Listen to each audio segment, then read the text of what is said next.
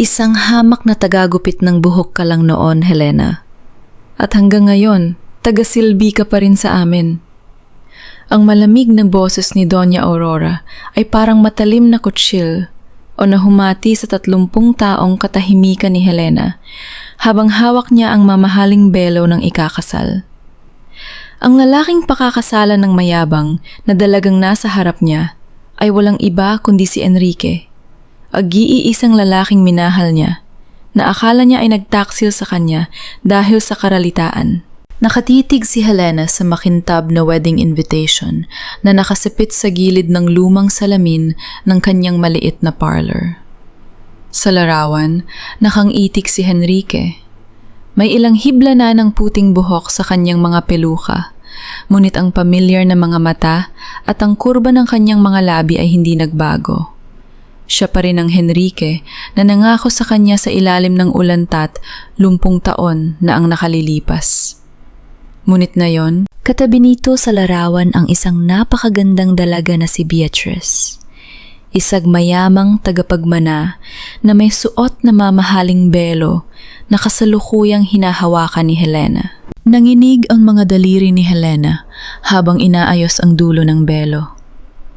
Ang maliit na salon niya sa isang sulok ng maingay na barangay sa Maynila ay biglang naging napakasikip. Amoy spray ng buhok, murang shampoo at ang mahinang ugong ng lumang bentila, durang tanging naririnig sa silid. Sa labas ng pinto, naroroon ang ingay ng mga tricycle at naglalako.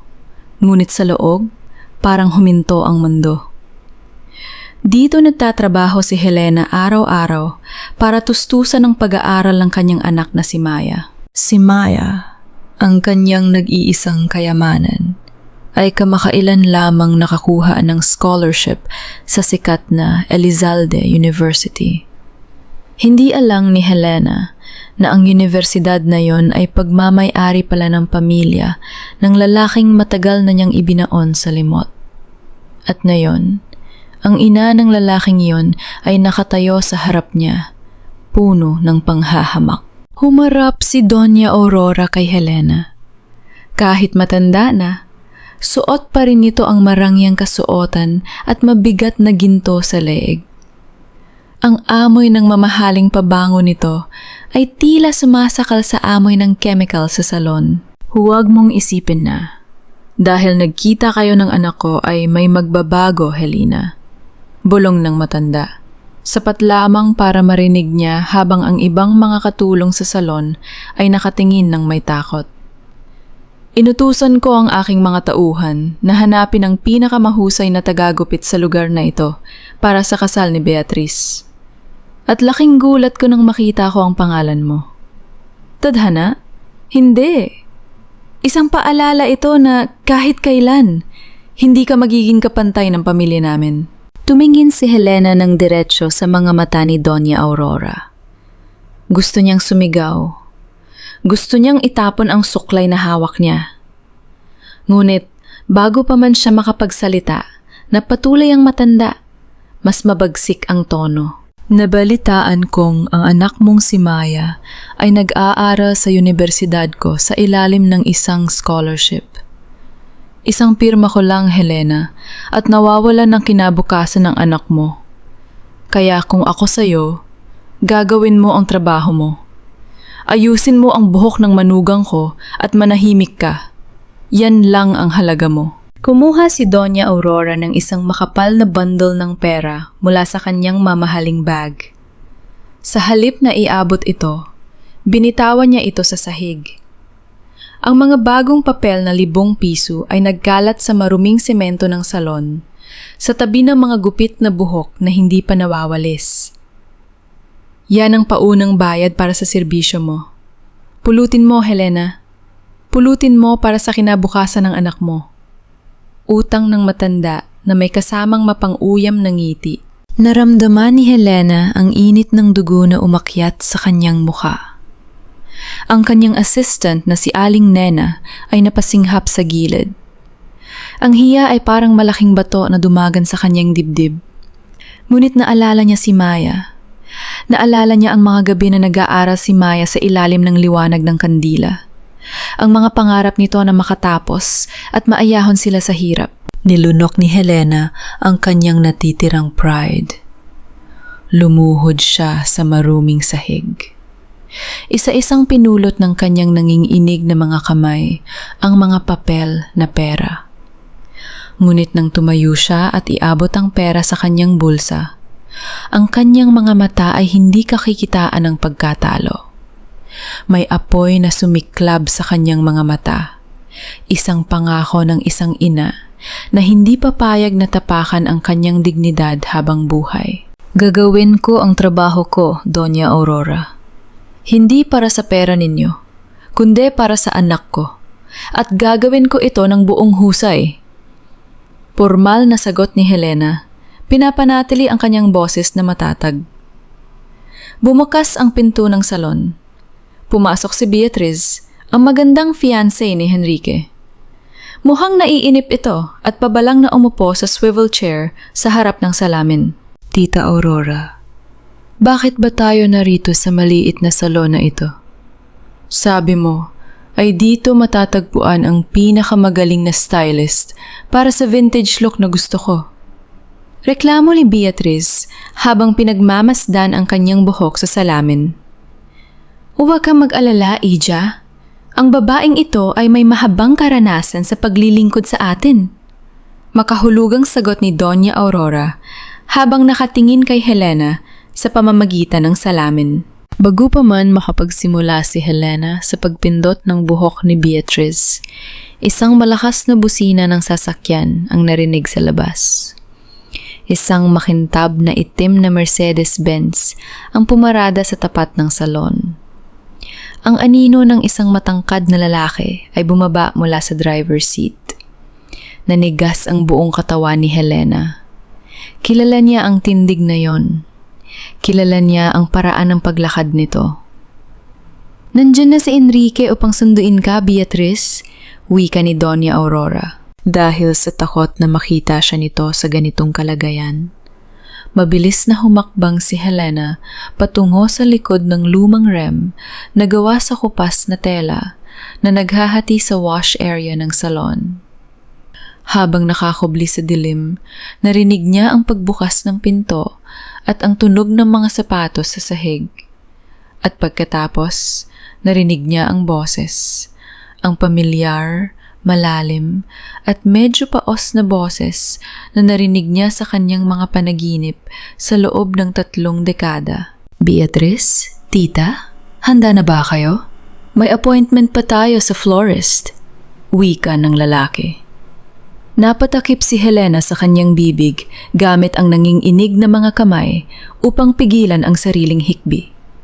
Hawak-hawak pa rin niya ang suklay habang ang boses ng kanyang nakaraan ay umaalingaw-ngaw sa kanyang harapan, ilang dangkal lamang ang layo mula sa kanyang pinagtataguan. Lumalagitik ang lumang plastik na suklay sa mahigpit na pagkakahawak ni Helena hanggang sa tuluyan itong mabiyak sa dalawa. Ang tulog ng pagkabasag niyon ay tila sumasabay sa pintig ng kanyang puso na tila bibigay na sa labis na kaba. Mula sa likod ng kupas na rem sa wash area, dahan-dahang lumabas si Helena. Wala na ang marangyang itim na kotse sa tapat ng salon. Wala na rin ang boses ni Henrique na nag-iwan ng malalim na sugat sa kanyang pagkatao matapos ang 3 dekada. Ang tanging naiwan sa silid ay ang amoy ng mamahaling pabango ni Doña Aurora at ang kanyang assistant na si Aling Nena na tahimik na nagwawalis ng mga gupit na buhok sa sahig. Helena? Ayos ka lang ba? Tanong ni Nena, bakas ang pag-aalala sa muka. Grabe naman ang matandang mayaman na yon. Kung makapagsalita, parang binili ang pagkatao mo. Hindi sumagot si Helena. Yumuko lamang siya at pinulot ang 2 kabiyak ng nabasag na suklay. Ito ang suklay na gamit niya simula nang buksan niya ang maliit na tiyang geng ito. Murang plastik, madaling mabasag, tulad ng kanyang mga pangarap noong kabataan niya. Ipinasok niya sa bulsa ang perang itinapon sa sahig kanina. Ang bawat papel doon ay parang tinik na bumabaon sa kanyang balat. Ngunit kailangan niya yon. Kailangan niya para sa kanyang anak. Pag-uwi sa kanilang maliit na tinitirhang bahay na gawa sa pinagtagping kahoy at semento, agad na nag-asikaso si Helena sa kusina. Nagsimula siyang magluto ng sinigang na bangus, ang paboritong ulam ng kanyang anak na si Maya. Habang pumuputok ang usok mula sa kumukulong sabaw na may kasamang sampalok, pumatak ang mga luha sa kanyang mga pisingi. Mabilis niya itong pinunasan gamit ang dulo ng kanyang duster. Nagkukunwaring ang anghang ng sibuyas at init ng kalan ang dahilan ng kanyang pag-iyak. "Nanay! Nandito na ako!" Ang masiglang boses ni Maya ay tila nagdala ng liwanag sa madilim na kusina. Pumasok ang dalaga na may hawak na isang pirasong papel na nakalagay sa magandang asul na folder. Yakap-yakap niya ito na parang isang kayamanan. "Tingnan mo ito, nanay!" Masayang wika ni Maya habang ipinapakita ang certificate ng kanyang scholarship. Ito na ang opisyal na pag-apruba mula sa Elizalde Foundation. At tingnan mo ang lagda sa ibaba. May pirma ni Sir Henrique Elizalde mismo. Napahinto si Helena sa pag-aahalo ng sinigang. Tumingin siya sa papel. Ang pirma ni Henrique, ang pamilyar na mabilis at matalas na stroke ng kanyang panulat na madalas din makita sa mga lumang sulat noong sila ay bata pa. Parang bumalik ang lahat ng sakit sa kanyang dibdib. "Alam mo ba, nanay, napakabait daw ni Sir Enrique?" Patuloy ni Maya habang tinutulungan ang ina sa pag-aayos ng hapagkainan. Sabi ng sekretary niya sa foundation, bihira lang daw pumirma ng personal ang chairman para sa mga scholars mula sa mga barangay. Pero nang mabasa raw niya ang essay ko tungkol sa dignidad ng mga manggagawa, siya mismo ang humiling na aprubahan ito. Nagtanong pa nga raw siya kung nasaan ang tatay ko at kung paano kami nabubuhay ng nanay ko. Nabitawan ni Helena ang sandok. Nagtanong siya? Ang mahinang tanong niya, halos hindi lumabas sa kanyang lalamunan. "Opo?" Tinanong niya kung anong trabaho mo. Sabi ko, "Nagtatrabaho ka sa isang maliit na salon dito sa barangay." Sabi ng secretary, parang natigilan daw si Sir Henrique at matagal na pinagmasdan ang pangalan mo sa emergency contact form ko. Kwento ni Maya habang masayang kumukuha ng kanin. Siguro, nagulat lang siya na may isang nanay na kayang magpalaki ng anak na scholar kahit sa maliit na parlor lang nagtatrabaho. Hindi nakakain ng maayos si Helena ng gabing yun. Ang bawat subo ng pagkain ay tila nagiging mapait sa kanyang bibig. Nagtatanong si Henrique tungkol sa kanya. Alam ba nito na siya ang nanay ni Maya? O isa lamang itong karaniwang pakikiramay ng isang mayamang pilantropo? Ang masakit ay kailangang dumaan ang kinabukasan ng kanyang anak sa mga kamay ng lalaking nag-iwan sa kanya sa karalitaan. Kinaumagahan. Habang naglalakad si Helena patungo sa palengke upang mamili ng mga gagamitin sa salon, isang marangyang sasakyan ang dumaan sa makitid na kalye ng kanilang barangay. Ang makintab na sasakyan ay tila hindi nababagay sa maputik at mausok na kalsada. Napatigil si Helena sa gilid ng bangketa. Sa pamamagitan ng medyo madilim na bintana ng kotse, nakita niya ang gilid ng mukha ni Henrique.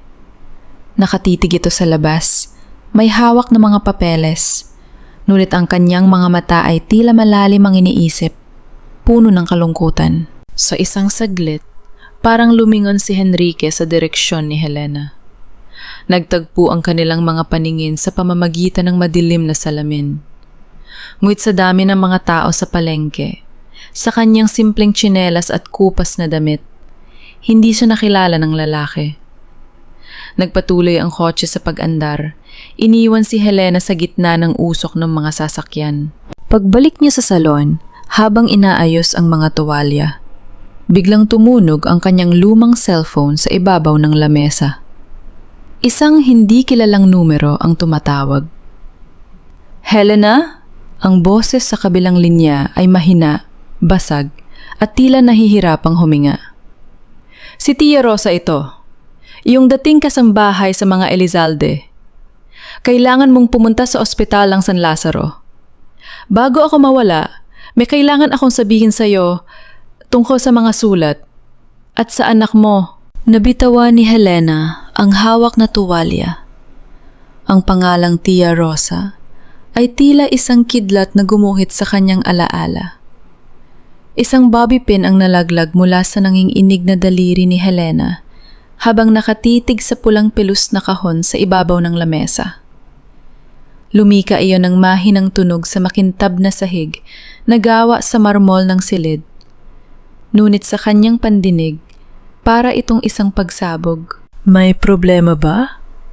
Tanong ni Beatrice habang nakatingin sa salamin.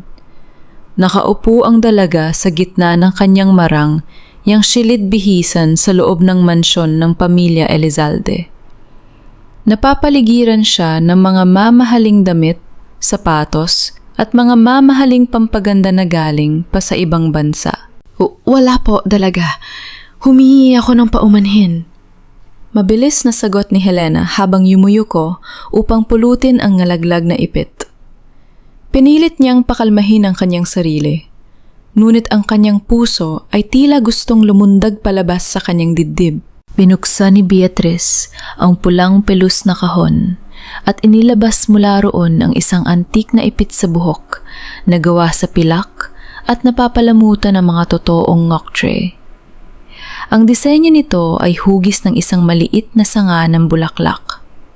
Sa unang tingin pa lamang, alam na ni Helena kung ano yon. Hindi siya maaaring magkamali. Yon ang ipit sa buhok na ibinigay sa kanya ni Henrique 30 taon na ang nakalilipas. Sariwang-sariwa pa. Sa kanyang alaala ang gabi ng kanilang pag-iibigan sa ilalim ng maliit na bubong ng lumang simbahan habang bumubuhos ang ulan.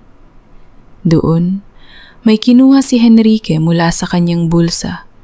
Isang simpleng ipit na may knock tray. Sabi nito, binili niya yon gamit ang kanyang unang sahod mula sa part-time job. Yon ang kanilang lihim na tanda ng kasunduan na kahit anong mangyari, sila ay magsasama habang buhay. Ito ang gagamitin mo sa buhok ko ngayon, Helena. Wika ni Beatrice habang pinagmamasdan ang alahas na may pagmamalaki. Sabi ni Tita Aurora, napakahalaga raw ng alahas na ito. Isa raw ito sa mga heirloom ng pamilya Elizalde na ibinibigay sa bawat susunod na manugang. Nanginginig ang kamay ni Helena nang abutin niya ang alahas mula kay Beatrice. Habang hawak niya ito, dahan-dahan niyang hinaplos ang likod ng ipit. Doon, sa maliit na bahagi ng pilak, naramdaman ng kanyang daliri ang magaspang na ukit ng 2 letra. H and H. Helena at Henrique. At sa gilid naman nito ay may maliit na soot. Isang maliit na gasgas na nagawa niya noong aksidente niya itong mabitawan sa semento habang nakikipaglaro kay Henrique noon. Napatulala si Helena. Kung ito ang alahas na ibinigay niya kay Henrique bago sila nagkahiwalay, paanong napunta ito sa kamay ni Doña Aurora? Paano nitong nasabi na ito ay isang heirloom ng pamilya? Alam mo ba ang kwento sa likod ng alahas na yan, Helena? Tanong ni Beatrice habang nag-aayos ng kanyang mukha. Sabi ni Tita Aurora, nakuha raw yan sa mga gamit ng isang manlolokong babae mula sa mahirap na pamilya. Sinubukan daw ng babaeng yun na perahan si Enrique nung unang panahon. Ngunit bago pa man niya makuha ang pera, natuklasan ni Tita Aurora ang kanyang masamang balak at pinalaya siya. Ang kapal din ng mukha ng babaeng yun, di ba? Parang isang malakas na suntok sa dibdib ang naramdaman ni Helena. Namumutla ang kanyang mga labi habang nakikinig sa mga salita ni Beatrice. Hindi lamang ninakaw ni Doña Aurora ang kanyang pag-ibig at ang alahas na tanda ng kanilang sumpaan, kundi ginawa pa siyang isang maruming manloloko sa paningin ng susunod na henerasyon. Ang kanyang danggal ay tuluyang niyurakan ng matandang mayaman upang maging malinis ang pangalan ng kanilang pamilya. Bumukas ang pinto ng silid at pumasok si Doña Aurora. Ang matikas na matanda ay may dalang baso ng tubig.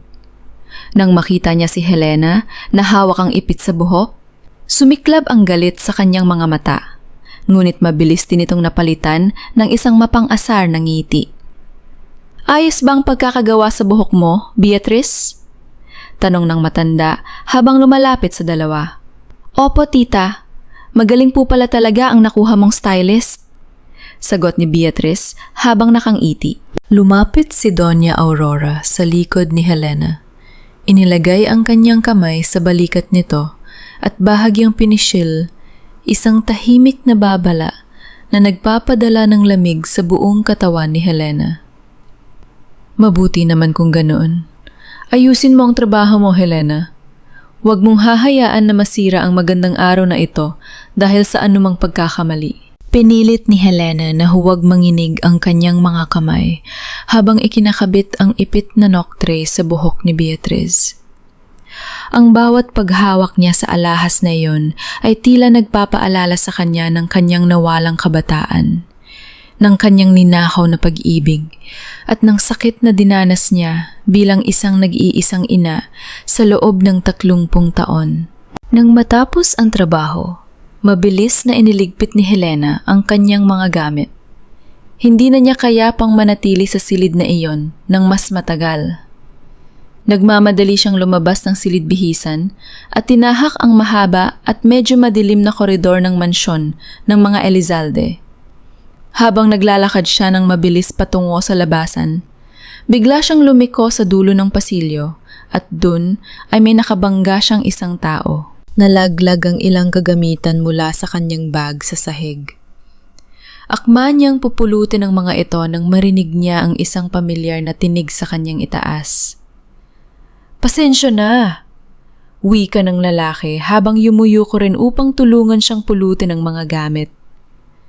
Nang mag-angat ng tingin si Helena, nagtagpo ang kanilang mga mata. Si Enrique. Nanigas ang lalaki sa kanyang kinatatayuan. Ang mga papeles na hawak nito ay dahan-dahang nalaglag mula sa kanyang mga kamay. Nanlaki ang kanyang mga mata sa matinding gulat. Tila nakakita siya ng isang kaluluwang matagal nang nawala sa daigdig. "Helena?" Ang mahina at nanginginig na bulong ni Enrique. Puno ng emosyon at sakit ang kanyang boses. Dahil sa matinding takot at hindi kayang harapin ang lalaki sa ganoong kalagayan, hindi na pinulot ni Helena ang iba pa niyang gamit. Tumayo siya agad at mabilis na tumakbo palayo sa pasilyo. Iniwan si Enrique na nakatayo doon habang tinatawag ang kanyang pangalan sa dilim. Isang sunod-sunod at tuyong ubo ang narinig ni Helena mula sa likod ng lumang pintuang kahoy bago pa man niya maitaas ang kanyang kamay upang kumatok. Sariwa pa ang putik sa kanyang tsinelas mula sa paglalakad sa makikitid at mabahong iskinita ng barangay. Dito sa sulok na ito ng lungsod, kung saan ang mga linya ng kuryente ay tila mga sapot ng gagamba at ang amoy ng kanal ay humahalo sa usok ng uling, nakatira ang isang taong may hawak ng katotohanan ng kanyang buhay. Napakalayo ng lugar na ito sa marmol na sahig at malamig na aircon ng mansyon ng mga Elizalde na binalikan niya kanina. Dahan-dahang itinulak ni Helena ang pinto na hindi man lang nakakandado. Sa loob ng madilim at masikip na silid, amoy luma, amoy gamot, at amoy ng papalapit na katapusan. Sa ibabaw ng isang lumang papag na gawa sa kawayan, nakahiga ang isang payat na matandang babae. Ang kanyang balat ay tila nakadikit na sa kanyang mga buto, at ang kanyang buhok ay kasing puti na ng bulaklak ng talahib. "Tia Rosa?" Ang mahinang tawag ni Helena habang lumalapit sa tabi ng kama. Idinilat ng matanda ang kanyang lalabong mga mata. Nang makilala niya ang mukha ng babaeng nakatayo sa kanyang harap, tila nabuhayan ang kanyang nanghihinang katawan. Pumatak ang maiinit na luha mula sa kanyang mga mata. Bumabagtas sa malalalim na kulubot ng kanyang pisingi. Nanginginig niyang itinaas ang kanyang mga payat na kamay upang hawakan ang kamay ni Helena. Helena, salamat sa Diyos. Dumating ka. Ang nanginginig na tinig ni Tia Rosa halos pabulong sa isang biglaang pagkilos na hindi inaasahan ni Helena. Hinila ng matanda ang kamay ni Helena at marahan itong idinikit sa kanyang sariling noo. Ang tradisyonal na pagmamano na karaniwang ginagawa ng bata sa matatanda ay binaliktad ni Tia Rosa. Isang gawa ng matinding pagsisisi at paghingi ng kapatawaran mula sa isang pusong matagal ng pinahihirapan ng budi. Tia Rosa, wag po, ano pong ginagawa ninyo? Ang nag-aalalang wika ni Helena habang sinusubok ang bawiin ang kanyang kamay. Patawarin mo ako, Helena. Patawarin mo ako sa nagawa ko sa inyo ni Enrique. Pagmamakaawa ng matanda habang humihikbi. Hindi ko na kaya mamatay, nadala-dala ang kasalanan ng ito. 30 taon ko itong ipinagdasan na maitama. Bago ako humarap sa may kapal. Huminga ng malalim si Tia Rosa. Pinipilit na kumuha ng lakas mula sa kanyang nanghihinang baga. Nagsimula siyang magkwento tungkol sa gabi ng bagyo 3 dekada na ang nakalilipas. Nung gabing iyon, sumulat si Enrique sa iyo bago siya umalis patungong Amerika. Mahal na mahal ka niya, Helena. Nangako siyang babalikan ka niya at ang sanggol sa iyong sinapupunan. Ngunit, naharang ni Doña Aurora ang sulat. Huminto ang matanda upang umubo. Ang kanyang mukha ay namula sa hirap. Pinagbantaan ako ni Doña Aurora. Sabi niya kung hindi ko gagayahin ang sulat kamay ni Enrique upang sabihing iniwan ka na niya dahil sa iyong kahirapan, ipapakulong niya ang aking anak at hindi niya ibibigay ang pambili ng gamot ng aking ina na noon ay nag-aagaw buhay. Natakot ako, Helena. Natakot ako kaya sinunod ko siya. Nanlamig ang buong katawan ni Helena. Ang kanyang hininga ay tila nagbuhol sa kanyang lalamunan. Kaya pala ang sulat na natanggap niya noon ay may pamilyar, ngunit medyo magaspang na sulat kamay. Iyon ay gawa ng sining ng panilinlang ni Doña Aurora. At si Enrique, sinabihan din siya ni Doña Aurora na kumuha ka ng malaking halaga ng pera kapalit ng pangakon, hindi mo na siya guguluhin at umalis ka na ng bansa. Patuloy ni Tia Rosa habang mas lalong humigpit ang kapit sa kamay ni Helena. Pareho kayong niloko ng matandang yon. Ngunit bago pa man makapagsalita si Helena upang ilabas ang kanyang galit, mas lalong naging seryoso ang mukha ni Tia Rosa. Ang kanyang mga mata ay nanlaki sa takot. Hindi lang mga sulat ang itinago niya, Helena. May mas malaking kasalanan si Doña Aurora sa iyo. Nung nanganak ka sa ospital ng San Jose, nung sinabi nilang namatay ang anak mo, napatitig si Helena sa matanda. Ang kanyang puso ay nagsimulang tumibok ng napakabilis. Ano? Anong ibig mo sabihin, Tia Rosa? Ang anak ko, patay na si Maya. Hindi siya namatay. Ang nahihirap ang wika ni Tia Rosa habang biglang nakaramdam ng matinding pagsakit ng dibdib. Nagsimula siyang mabulunan, ang kanyang mga mata ay tumitig sa kawalan habang ang kanyang katawan ay nanginginig sa matinding ubo. Tia Rosa! Tia Rosa! Ang sigaw ni Helena habang sinusubok ang alalayan ang matanda. Ngunit bago tuluyang mawalan ng malay ang matanda at lumubog sa isang critical na kondisyon, nanginginig niyang itinuro ang kanyang payat na daliri sa ilalim ng lumang papag na kawayan. Nandoon, sa ilalim, ang kahon. Hanapin mo ang kahon, iligtas mo ang anak mo. Pagkatapos ng mga huling salita yon, dahan-dahang napikit ang mga mata ni Tia Rosa at ang kanyang katawan ay naging malata. Nawalan siya ng malay. ngunit ang kanyang mahinang paghinga ay patunay na buhay pa siya. Naiwan si Helena sa gitna ng madilim na silid. Ang kanyang puso ay tila sasabog sa matinding takot, habang ang kanyang mga mata ay dahan-dahang bumaba patungo sa madilim na espasyo sa ilalim ng higaan.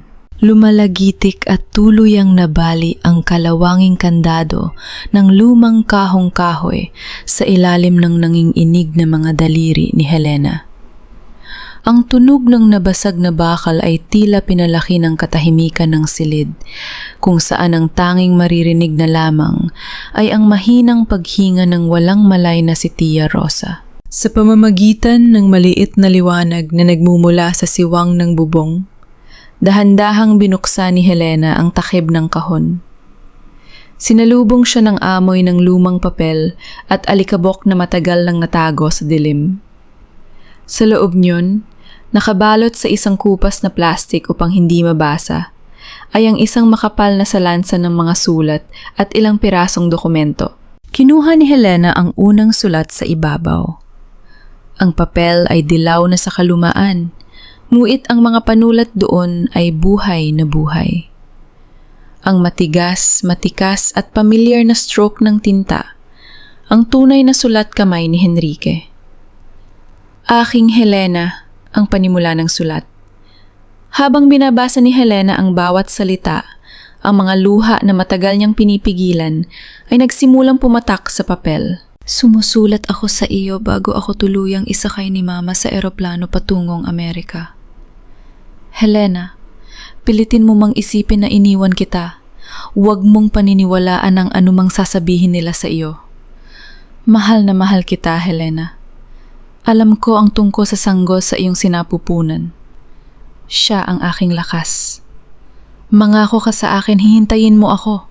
Gagawin ko ang lahat upang makatakas mula rito at balikan kayo ng anak natin. Huwag kang susuko, aking sinta. Pinunit ng katotohanan ng puso ni Helena.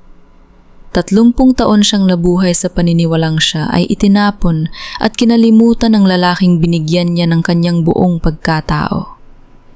30 taon niyang dinala ang bigat ng pagiging isang biktima ng pagtataksil dahil lamang sa siya ay mahirap. Ngunit ang totoo, si Henrique ay lumaban din para sa kanya. Ang kanilang pag-ibig ay hindi namatay dahil sa kawalan ng katapatan, kundi pinatay ng isang tapat na kasinungalingan. Ngunit mas matindi ang sunod na dokumento na nakuha niya mula sa ilalim ng mga sulat. Ito ay isang opisyal na envelope mula sa San Jose Hospital. May petsang 22 taon na ang nakalilipas. Hinila ni Helena ang papel sa loob. Isang sertipiko ng live birth. Pangalan ng ina, Helena Santos. Pangalan ng ama, Henrique Elizalde. Kasarian, babae. Ang sanggol ay ipinanganak na buhay at malusob. Nanginig ang buong katawan ni Helena. Noong nanganak siya 22 taon na ang nakalilipas, sinabi sa kanya ng mga doktor sa San Jose Hospital na ang kanyang sanggol na babae ay namatay dahil sa mga komplikasyon ilang minuto matapos isilang. Ibinigay sa kanya ang isang maliit na selyadong kahon at sinabing iyon ang abo ng kanyang anak. Dahil sa matinding depresyon at pangungulila, lumipas ang 2 taon bago siya nagpasyang mag-amerpo ng isang batang babae mula sa isang ampon sa Maynala. Ang batang pinangalanan niyang Maya. Ngunit sa hawak niyang papel na yon, malinaw na nakasulat na ang sanggol ay malusog. At sa likod ng sertipiko, may isang maikling sulat na nakasulat sa pamilyar at eleganteng panulat ni Doña Aurora. Ang batang ito ay hindi maaaring magdala ng apelyidong Elizalde. Ilayo ninyo siya at huwag nang ibabalik kahit kailan. Isang malakas na hampas ng katotohanan ang yumanig sa buong pagkatao ni Helena. Napakapit siya sa gilid ng higaan ni Tia Rosa upang hindi siya mabuwal. Si Maya. Ang batang inampun niya mula sa ampunan. Ang batang inalagaan niya, binihisan at pinuyatan sa tuwing nagkakasakit. ay hindi pala iba sa kanya. Si Maya ay ang sarili niyang anak na biologically sa kanila ni Henrique. Napakalupit ng tadhana, ngunit napakadakila ng plano ng Diyos. Ninakaw ni Doña Aurora ang kanyang anak upang hindi marungisan ang pangalan ng pamilya Elizalde at itinapon ito sa ampunan. Ngunit sa pamamagitan ng hindi maipaliwanag na koneksyon ng isang ina at anak, dinala siya ng sarili niyang mga paa sa ampunang yon upang muling kunin at palakihin ang sarili niyang dugo nang walang kaalam-alam. Ang lahat ng pagod sa paggugupit ng buhok, ang lahat ng puyat, ang lahat ng sakripisyo upang mapag-aral si Maya, ay ginawa niya para sa sarili niyang anak. Yumuko si Helena, yakap-yakap ang mga lumang sulat at ang sertipiko ng kapanganakan sa kanyang dibdib. Humikbi siya ng walang tunog sa gitna ng madilim na silid, habang ang tunog ng malakas na ulan ng hapon ay nagsimulang bumuhos sa bubong na yero ng bahay ni Tia Rosa, na tila nakikiramay sa kanyang matinding sakit at galit. Ang takot na nadarama niya noon ay biglang napalitan ng isang mabalasik at matatag na lakas. Hindi na siya ang mahina at takot na Helena na basta na lamang palalayasin at tatapakan ng mga Elizalde. Siya ay isang ina na handang makipaglaban sa kahit anong kapangyarihan upang ibalik ang pangalan at dignidad ng kanyang anak. Maingat na, inilagay ni Helena ang mga dokumento at mga sulat sa loob ng kanyang bag. Tiningnan niya si Tia Rosa, inayos ang kumot nito, at nang akong tatawag ng mga barangay health worker upang asikasuhin ang matanda bago siya umalis. Ngunit nang buksan ni Helena ang pinto ng bahay upang lumabas sa maputik na eskinita, napatigil siya. Sa dulo ng makitid na daan, sa ilalim ng malakas na ulan, nakatayo ang dalawang lalaking nakasuit na itim. May hawak silang mga payong at ang kanilang mga mata ay nakatitig ng diretsyo sa kanya. Sila ang mga tauhan ni Doña Aurora na matagal nang nagmamasid sa kanyang bawat galaw. Nagawa ni Helena na makatakas mula sa dalawang lalaking nakasuit na itim sa pamamagitan ng pagpasok sa makikitid na eskinita ng palengke na kabisadong-kabisado niya. Hingal na hingal siyang nakarating sa kanilang maliit na bahay. Basang-basa ng ulan at may hawak na matinding lihim na tila nagpabigat sa bawat hakbang niya. Pagpasok niya sa pinto, agad niyang nakita si Maya na nag-aayos ng kanyang mga libro sa lamesa. Nang marinig ang yabag ng paa ng ina, mabilis na lumingon ang dalaga. "Nanay, may nangyari ba sa parlor natin? Bakit ka umiiyak?" Tanong ni Maya, habang pinagmamasdan ang vetmat ko, trenma ng ina. Mabilis na pinunasan ni Helena ang kanyang muka at pinilit na ng umiti. Lumapit siya kay Maya at mahigpit itong niyakap. Isang yakap na tila natatakot na baka sa isang kurap ay mawala ang kanyang anak. Nagulat si Maya, ngunit dahan-dahan ding niyakap ang ina ng buong pagmamahal. Hinahaplos ang likod nito upang pakalmahin ang nanginginig nitong katawan. "Wala, anak. Napagod lang si nanay sa biyahe." Pagsisinungaling ni Helena habang pinipigilan ang sariling hikbi. Habang naghahapunan sila ng simpleng ulam, hindi maalis ni Helena ang kanyang tingin kay Maya. Ngayong alam na niya ang katotohanan, nakikita na niya sa bawat kilos ng dalaga ang mga katangian ni Henrique. Ang hugis ng panga nito sa tuwing seryoso, ang tapang sa kanyang mga mata, at ang banayad na paraan ng kanyang pagsasalita. Matapos kumain, habang nakaupo si Maya sa sahig, kumuha si Helena ng suklay at dahan-dahang hinarap ang buhok ng dalaga. Ito ang kanilang nakasana yang gawin mula pa noong bata si Maya. "Dahil sa scholarship na ito, nanay, makakatapos na ako ng kolehiyo." Masayang wika ni Maya habang nakatingin sa kawalan. "Ipangako mo sa akin, nanay, nasasamahan mo ako sa araw ng aking graduation. Gusto kong ikaw ang magsuot ng medalya sa akin." Naluha muli si Helena habang hinahaplos ang buhok ng dalaga. Nagtatalo ang kanyang isip. Gusto niyang sabihin kay Maya na siya ang tunay niyang ina, na si Henrique ang kanyang ama, at ang mga Elizalde ay ninakawan sila ng buhay. Ngunit alam ni Helena na ang ganong katotohanan ay masyadong mabigat para sa isang dalagang nagsisimula pa lamang abutin ang kanyang mga pangarap. Ang masira ang katahimikan ng isip ni Maya bago ang kanyang tagumpay ay isang bagay na hindi hahayaan ni Helena na mangyari. Oh, anak, kahit anong mangyari, hinding-hindi kita iiwan. Bulong ni Helena habang dahan-dahang hinahaplos ang buhok nito. Dahil kahit anong mangyari sa mundong ito, ikaw pa rin ang aking prinsesa. Walang sinumang makakaagaw sa iyo sa akin. Kinaumagahan, nagpasya si Helena na pumunta sa opisina ng Elizalde Foundation upang isumite ang ilang dokumento para sa scholarship ni Maya. Nais din niyang kumpirmahin ang isang bagay. Napakasuwerte po ng anak ninyo, Aling Helena. Nakangiting wika ng staff sa foundation. Ang akala po ng marami ay desisyon ng board ang pagpili kay Maya. Ngunit si Sir Henrique mismo ang humiling na aprubahan ang kanyang scholarship.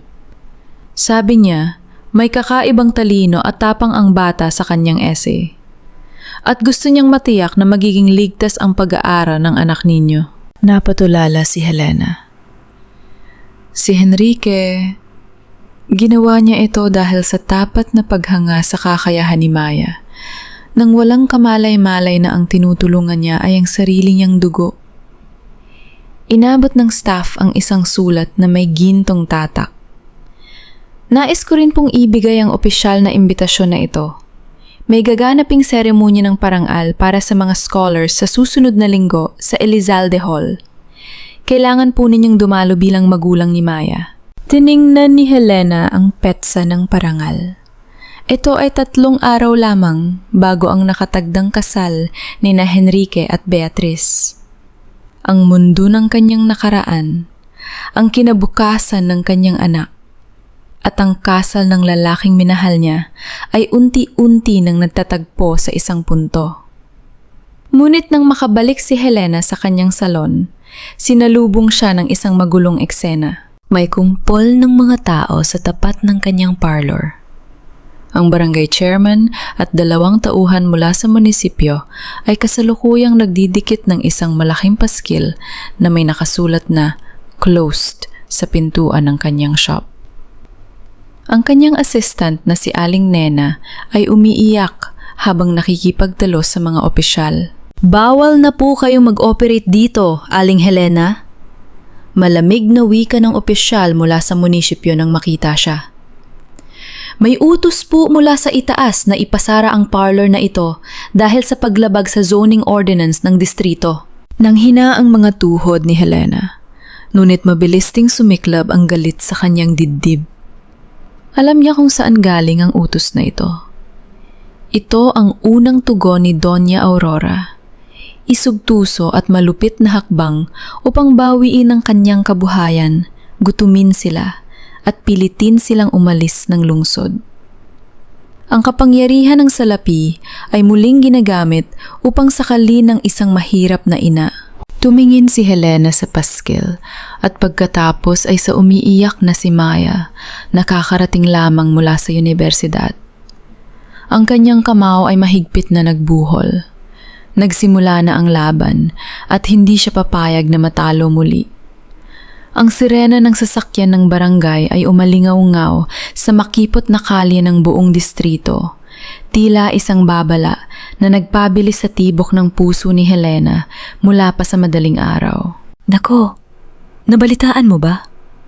Ipinasara raw ang parlor ni Helena dahil illegal daw ang pwesto.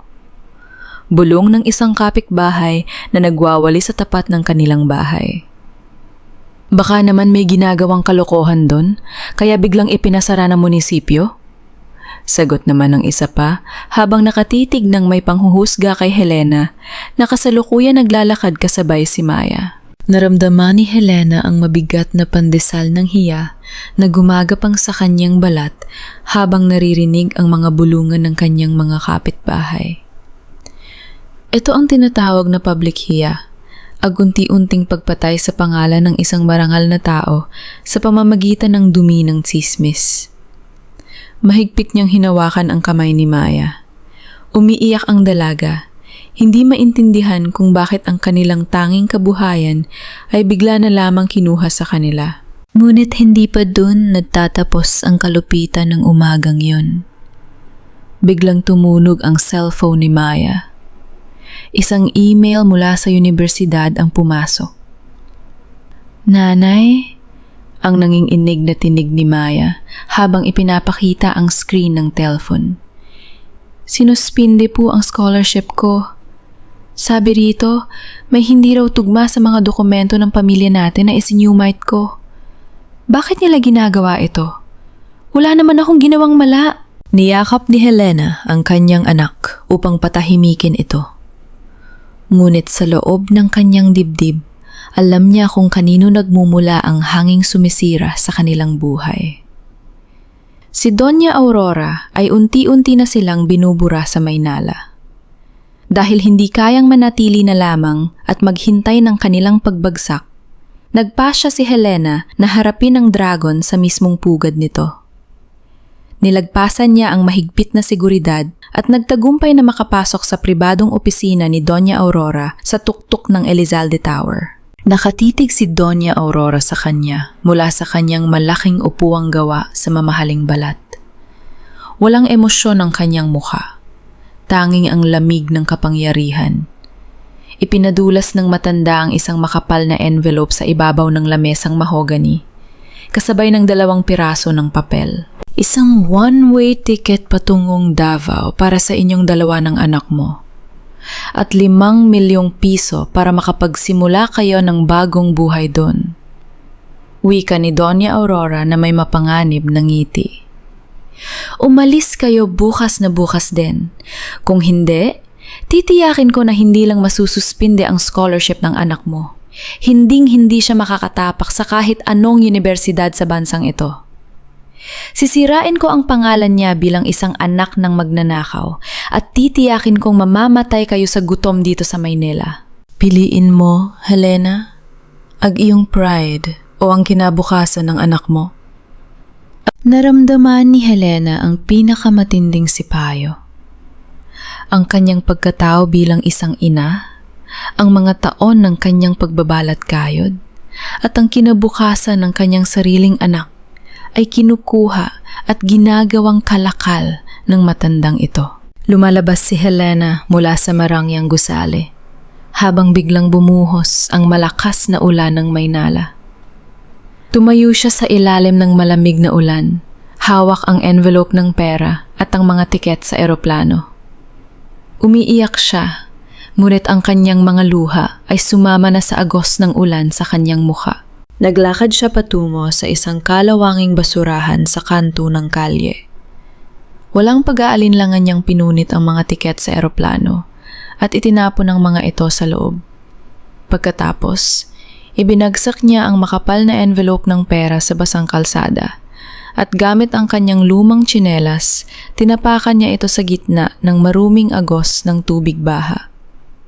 Ang kanyang danggal at ang kinabukasan ng kanyang anak ay hindi kailanman mabibili ng maruming pera ni Doña Aurora. Habang naglalakad siya sa ilalim ng ulan, biglang tumunog ang kanyang cellphone. Isang pamilyar na numero. Si Henrique. "Helena? Ikaw ba talaga yan?" Ang boses ng lalaki ay basag, puno ng desperation at pag-aalala. "Nalaman ko ang tungkol sa scholarship ni Maya. Nakita ko ang pangalan mo sa mga file ng Pamilya Santos. Helena, si Maya ba... siya ba ang anak natin? Sabihin mo sa akin ang totoo."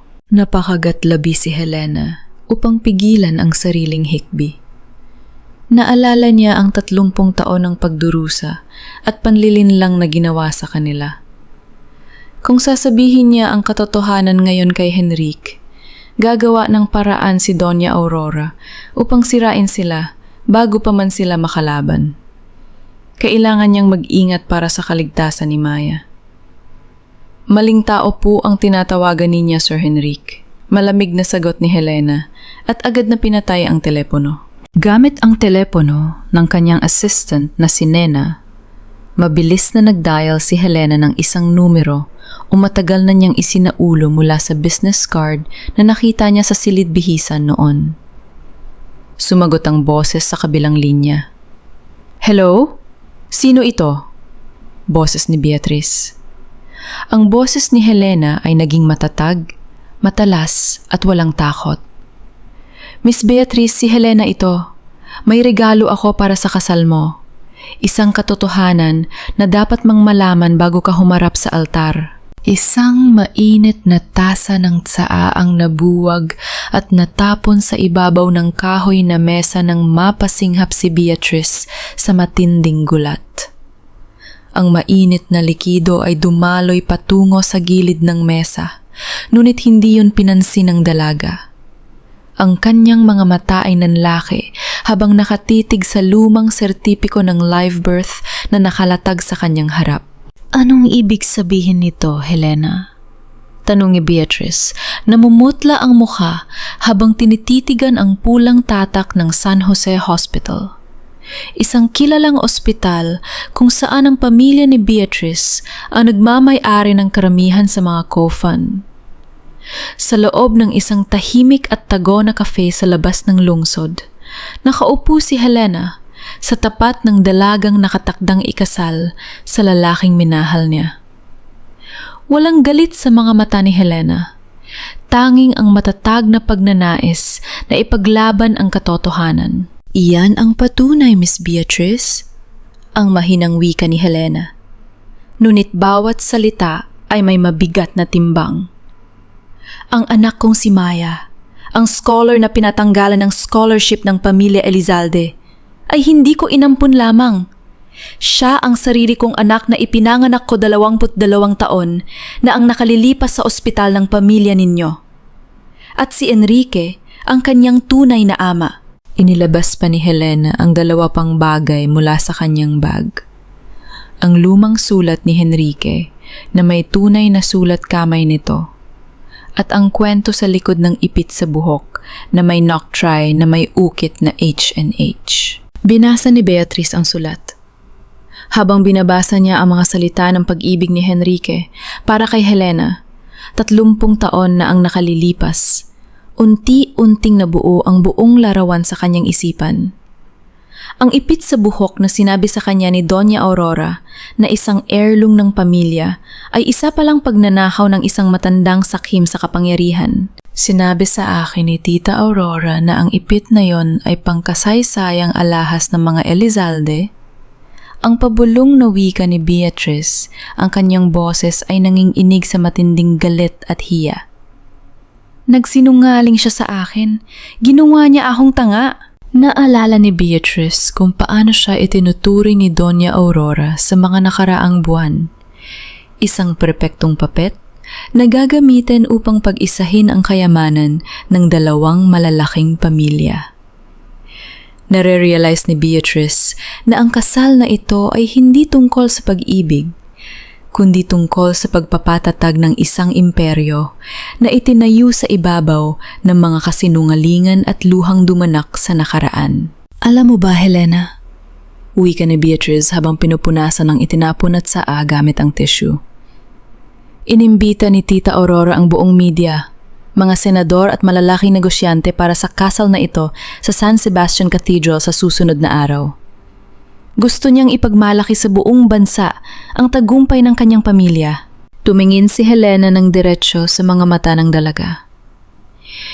Hindi ako pumunta rito para sirain ang araw mo, Miss Beatrice. Pumunta ako rito dahil kailangan mong malaman kung anong uri ng pamilya ang papasukan mo. At kailangan kong ibalik ang dignidad at pangalan ng aking anak. Natahimik ang buong cafe sa loob ng ilang sandali. Pinagmasdan ni Beatrice ang mukha ni Helena. Ang mga kulubot sa paligid ng kanyang mga mata na nagkukwento ng 30 taong pagtitiis. Ang mga kamay na magaspang dahil sa pagsusumikap na mapalaki ang isang anak ng marangal. Dahan-dahang inabot ni Beatrice ang magaspang na kamay ni Helena sa ibabaw ng mesa at mahigpit itong pinisil. Hindi ko papayagan na ang kasal ko ay matayo sa ibabaw ng nasirang buhay ng ibang tao, Helena. Ang matatag na wika ni Beatrice, may panibagong liwanag ng tapang sa kanyang mga mata. Hindi ako magiging puppet ni Doña Aurora. Kung gusto niya ng isang malaking palabas sa harap ng buong bansa, ibibigay natin sa kanya ang palabas na hindi niya kailanman malilimutan. Dun, sa loob ng maliit na cafe na iyon, isang hindi inaasahang alyansa ang nabuo sa pagitan ng dalawang babae mula sa magkaibang mundo. Nagkasundo sila sa bawat detalye ng gagawin para sa nalalapit na araw ng kasal sa San Sebastian Cathedral. Pagkaraan ng isang oras, unang lumabas si Helena mula sa cafe. Nakayuko at mabilis na naglakad patungo sa sakayan ng jeep. Pagkalipas ng ilang minuto, lumabas din si Beatrice. Isinusuot ang kanyang itim na salamin sa mata. Ngunit sa kabilang kalye, nakatigil ang isang itim na kotse. Sa loob niyon, nakaupo si Enrique. Nakatitig si Enrique sa pintuan ng cafe. Nakita niya ang paglabas ni Helena kanina at ngayon ay nakita niya ang kanyang fiancé na si Beatrice na lumabas sa parehong pintuan. Lumalim ang guhit sa noo ni Enrique. Bakit nagkikitang mag-isa ang kanyang fiancé at ang babaeng matagal na niyang hinahanap sa isang tago na lugar? Ang matinding pagdududa tungkol sa mga lihim ng kanyang ina at sa nakaraang matagal ng ibinaon ay nagsimulang sumiklab sa dibdib ni Enrique. Ang malakas at sunod-sunod na tunog ng kampana ng San Sebastian Cathedral ay umalingaw-ngaw sa buong lungsod.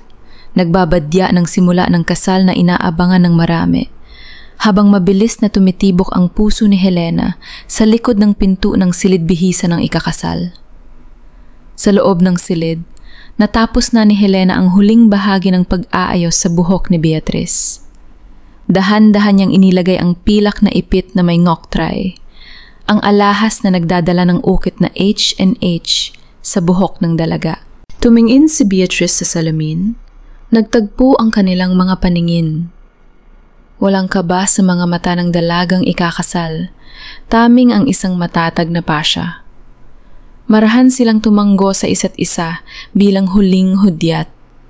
Ang tahimik na kasunduan ng dalawang babae ay handa ng magbunga.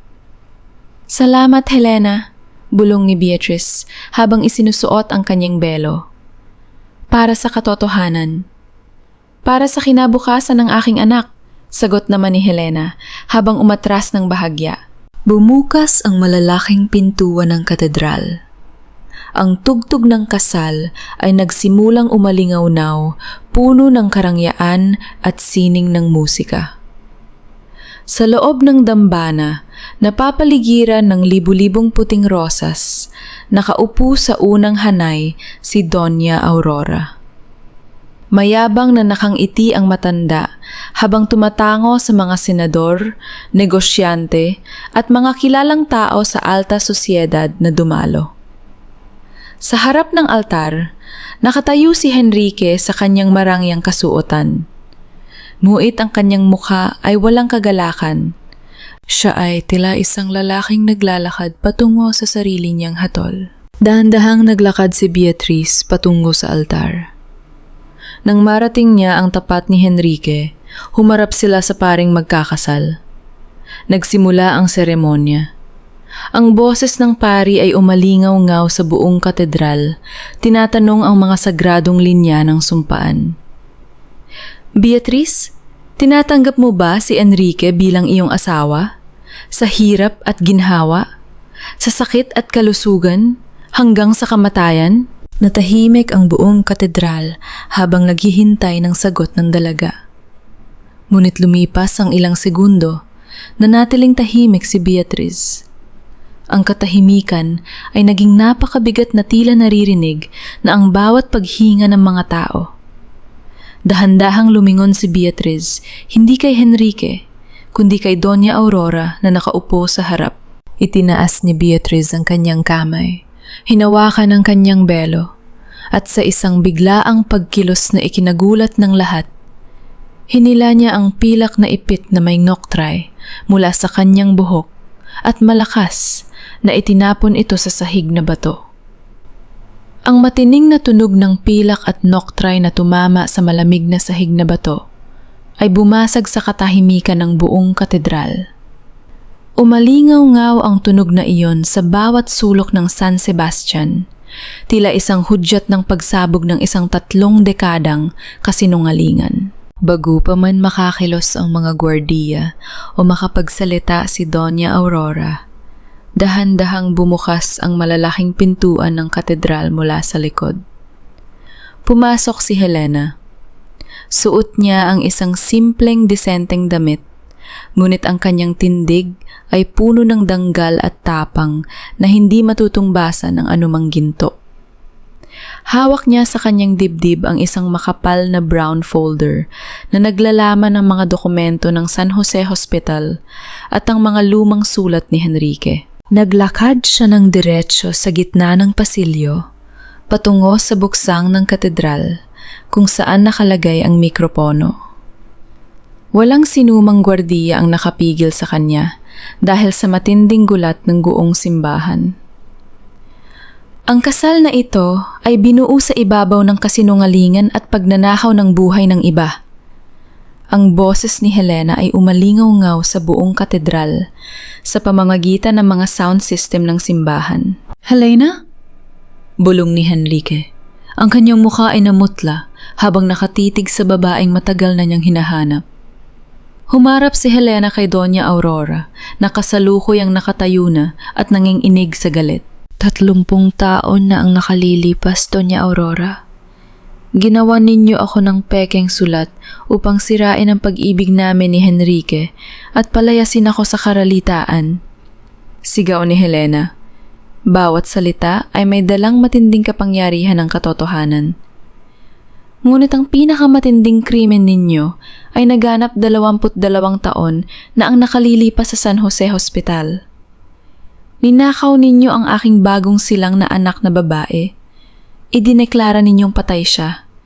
At inapon sa ampunan upang hindi marunghisan ang pangalan ng pamilya ninyo ng aming dugo.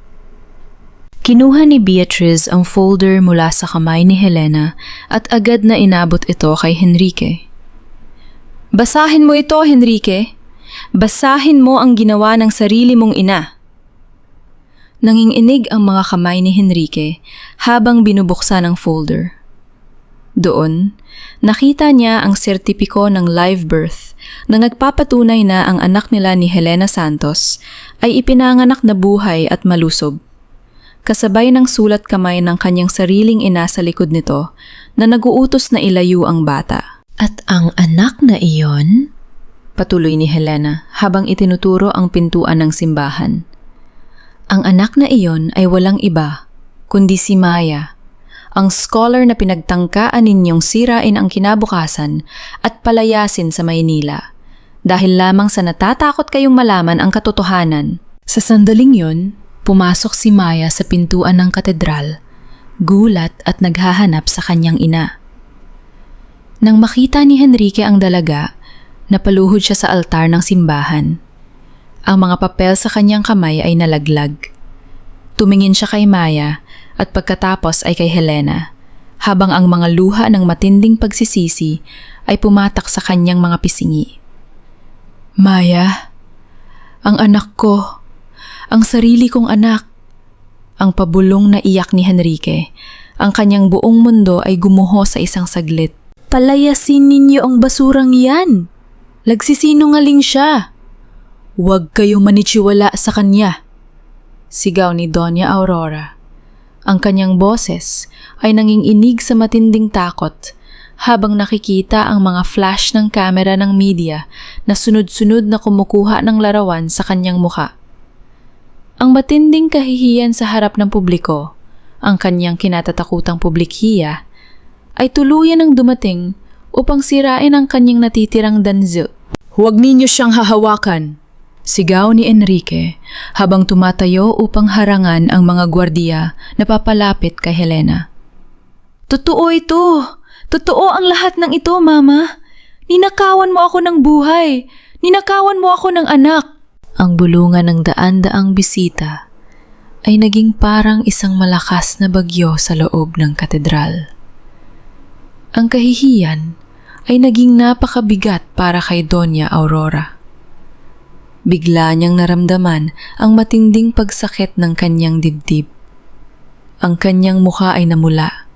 Nahirapan siyang huminga at ang kanyang katawan ay naging matigas bago tuluyang bumagsak sa kanyang upuan, dumanas ng isang matinding stroke.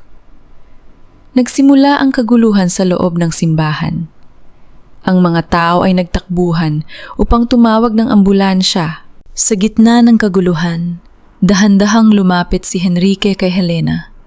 Ang kanyang mga mata ay puno ng luha at pagmamakaawa. Helena, patawarin mo ako. Napakalaking pagkakamali ang nagawa ko. Ako ang may kasalanan. Ang pagmamakaawa ng lalaki habang pilit na inaabot ang kamay ni Helena. Ngunit tumayo si Helena ng tuwid, puno ng kalmado at matatag na dignidad. Hindi siya sumigaw, hindi siya nagalit. Tiningnan niya si Enrique ng may malalim na habag, ngunit walang balak na hawakan muli ang kanyang kamay. Mabilis na tumakbo si Maya patungo sa altar, niyakap ang kanyang ina habang umiiyak sa takot. Nanay, anong nangyayari rito? Inakbayan ni Helena si Maya. Hinarap ang dambana sa huling pagkakataon at pagkatapos ay tumalikod kay Enrique. Naglakad silang mag-ina palabas ng katedral patungo sa maliit na liwanag ng araw sa labas. Iniwan si Enrique na nakaluhod sa gitna ng mga gumuhong kasinungalingan ng kanyang pamilya. Isang linggo na ang nakalipas mula noong gabi ng trahedya sa San Sebastian Cathedral. Nuit ang alingaw-ngaw ng mga pangyayari ngayon ay tila nananatili pa rin sa bawat sulok ng lungsod. Ang bawat pahayagan at balita sa social media ay puno ng kwento tungkol sa pagkagunaw ng pamilya Elizalde at ang matapang na paglaban ni Helena. Sa isang tahimik na silid sa ospital, nakahiga si Doña Aurora. Ang babaeng dati ay kinatatakutan ng marami. Ang babaeng kayang magpatakbo ng buhay ng tao gamit lamang ang kanyang salita, ay wala na ang dati nitong ningning. Ang stroke na idinulot ng matinding kahihiyan ay nag-iwan sa kanya na paralisado at hindi makapagsalita. Nakatitig lamang siya sa kisame, isang tahimik na saksi sa sarili niyang pagbagsak. Pumasok si Helena sa silid. Dala niya ang isang maliit na sobre. Ang sobreng naglalaman ng pera na itinapon sa kanya ni Doña Aurora sa sahig ng parlor noong nakaraang buwan. Dahan-dahan niyang inilagay ang sobre sa ibabaw ng maliit na lamesa sa tabi ng kama ng matanda. Doña Aurora, wika ni Helena ng mahinahon. Walang galit, walang paghihigante. Nung araw na yon, itinapon ninyo ang perang ito upang bilhin ang aking dignidad. Ngayon, ibinabalik ko ito sa inyo. Hindi ninyo kailangan ng pera para manatili rito sa ospital. Ang kailangan ninyo ay kapayapaan sa inyong budi. Ang lahat ng ginawa ninyo ay bumalik na sa inyo. Ang inyong karangalan ay wala na, ngunit ang buhay ninyo ay narito pa rin. Gamitin ninyo ang natitirang oras upang maghanap ng patawad. Hindi kumurap si Doña Aurora, ngunit sa gilid ng kanyang mga mata, isang luha ang dahan-dahang pumatak. Walang sinuman ang makakaalam kung ano ang nasa isip ng matanda. Ngunit sa sandaling iyon, alam ni Helena na ang karma ay hindi laging sa pamamagitan ng pisikal na sakit. Minsan, ito ay sa pamamagitan ng pagharap sa mga nagawa mong mali sa harap ng iyong sariling refleksyon. Paglabas ni Helena sa ospital, sinalubong siya ng sariwang hangin ng hapon. Sa labas, nakatayo si Enrique. Mukhang pagod ang lalaki. Malalim ang mga bilog sa ilalim ng kanyang mga mata at tila tumanda ng 10 taon sa loob lamang ng 1 linggo. "Helena?" Tawag nito sa kanya. Hindi siya lumapit ng direkta, tila naghihintay ng pahintulot. "Salamat sa pagbisita sa kanya. Alam ko na hindi siya naging mabuti sa'yo."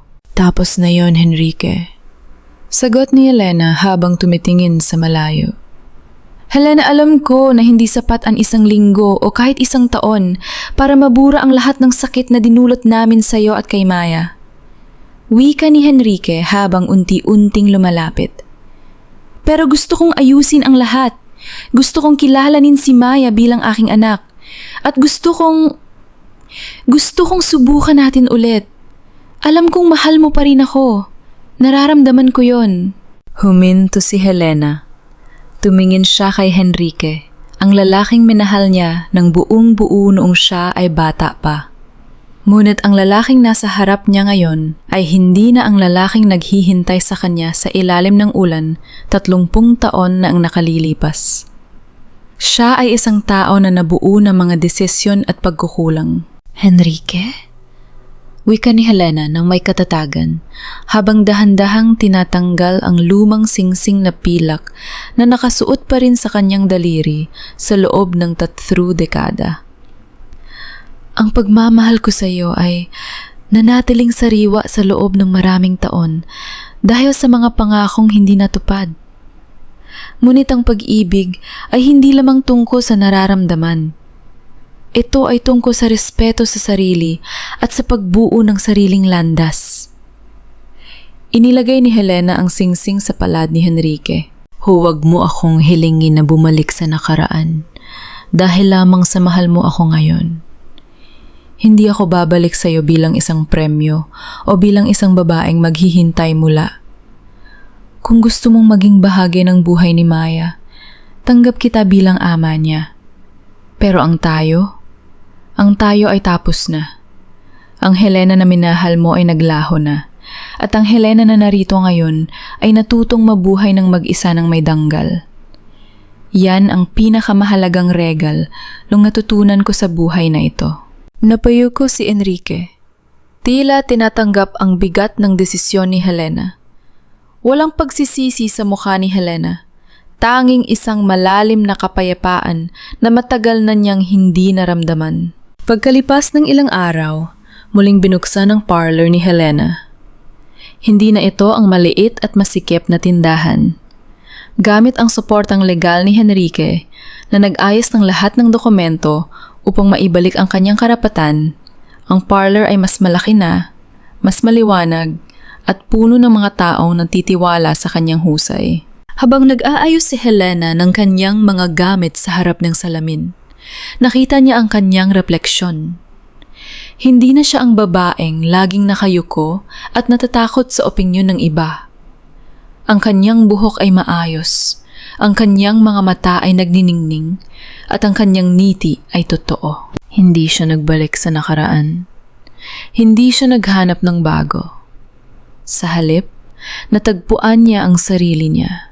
At para sa isang babaeng tulad ni Helena, ang pagkakaroon ng sariling kapayapaan at ang pagiging isang ina na nagtagumpay laban sa lahat ng hamon ay ang pinakamagandang happy ending na maaaring ang hilingin.